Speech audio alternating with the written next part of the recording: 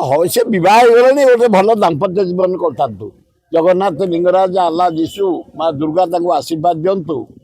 ଆଉ ଫଟାଫଟି ନ ହେଇକି ଯୋଡ଼ି ହେଇକି ଜୀବନଟା ଯାକେ ସାଥିରେ ରୁହନ୍ତୁ।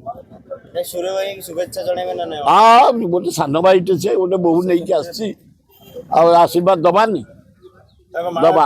ଏବେ ପ୍ରଦୀପ ମାଝୀ ବାହା ହେଇଛନ୍ତି ତାଙ୍କ ସ୍ତ୍ରୀକି ତାଙ୍କୁ ବି ଧନ୍ୟବାଦ। ଦାମ୍ପତ୍ୟ ଜୀବନ ତାଙ୍କର ଭଲରେ କଟୁ ଈଶ୍ୱର ତାଙ୍କୁ ଆଶୀର୍ବାଦ ଦିଅନ୍ତୁ। କିଛି ଅସୁବିଧା ନାହିଁ। ଆଡ଼ଭାନ୍ସ ଆପଣମାନଙ୍କୁ ଅଭିନନ୍ଦନ। ଆପଣମାନଙ୍କୁ ନିମନ୍ତ୍ରଣ କରୁଛି ମୁଁ କାଲି 9ଟାରେ କଂଗ୍ରେସ ଭବନରେ ହୋଲି ଖେଳ ଆରମ୍ଭ ହେବ। ହୋଲି ସାଥିରେ ବଢ଼ିଆ ଦହିବରା ଆଳୁଦମ ରସଗୋଲା ଆଉ ଯେଉଁ ଶୁଖିଲା ବରା ଆପଣମାନଙ୍କୁ ଟିଫିନ୍ ଆକାରରେ ଯୋଗାଇ ଦିଆଯିବ। ଆପଣମାନଙ୍କୁ ଅଭିନନ୍ଦନ ଜଣାଉଛି। ହୋଲି ଖେଳ ହେଉଛି ଶ୍ରଦ୍ଧାର ଖେଳ, ସ୍ନେହର ଖେଳ, ଭାଇଚାରିଆ ଖେଳ।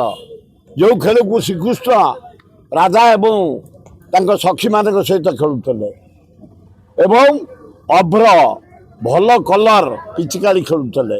ଆମେ ସେଇ କଲରରେ କାଲି ପିଚିକାଳି ଖେଳିବୁ। ଭଲ ଅଭ୍ର ସେଣ୍ଟ ପକେଇକି ଲଗେଇବୁ। ଆମେ ମାରାତ୍ମକ ଫଗୁ ଦେବୁନି, ମାରାତ୍ମକ କଲର ଦେବୁନି, କେମିକାଲ କଲର ଦେବୁନି, କାହା ଆଖି ଫୁଟିବାକୁ ସୁଯୋଗ ଦେବୁନି, କାହାକୁ ରୋଗ କରିବାକୁ ଦେବୁନି। ଆମେ ସ୍ନେହରେ ଲଗେଇବୁ, ଶ୍ରଦ୍ଧାରେ ଲଗେଇବୁ, ଆତ୍ମୀୟତା ସୃଷ୍ଟି କରିବୁ, ଭାଇଚାରା ଭାବ ସୃଷ୍ଟି କରିବୁ।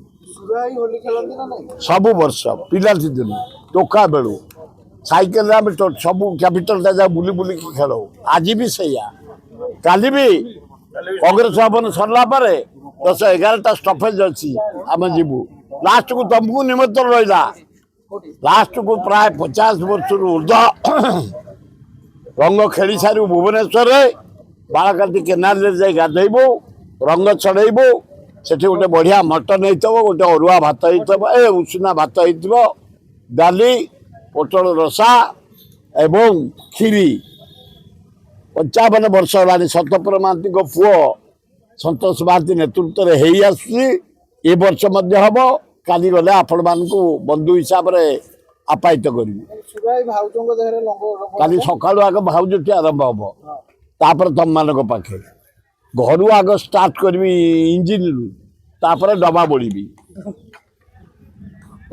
ରାସାୟନିକ ରଙ୍ଗରେ ହୋଲି ଖେଳୁଛନ୍ତି ଉଚିତ ନୁହଁ, ଉଚିତ ନୁହଁ। ଲୋକ ଆଖି ବୁଡ଼ି ଯାଉଛି, ଲୋକଙ୍କ ଦେହ ଖରାପ ହେଇଯାଉଛି, ରୋଗ ହେଇଯାଉଛି, ବେମାରୀ ହେଇଯାଉଛି।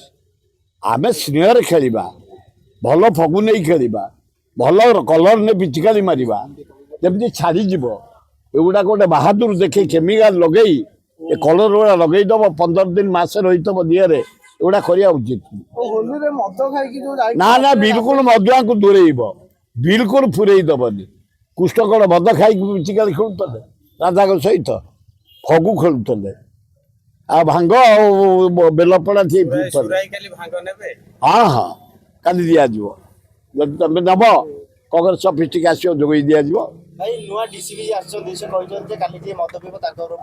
ବଢ଼ିଆ ଷ୍ଟେପ୍ ନେଇଛନ୍ତି, ତାଙ୍କୁ ଧନ୍ୟବାଦ। ଡିସି ବୁଲି ବୁଲି ଧରିବା ଦରକାର। ମଦୁଆଡ଼ା ଉତ୍ପାତ କରୁଛନ୍ତି, ଭୁବନେଶ୍ୱର ସହରଟାକୁ ନଷ୍ଟ କରୁଛନ୍ତି।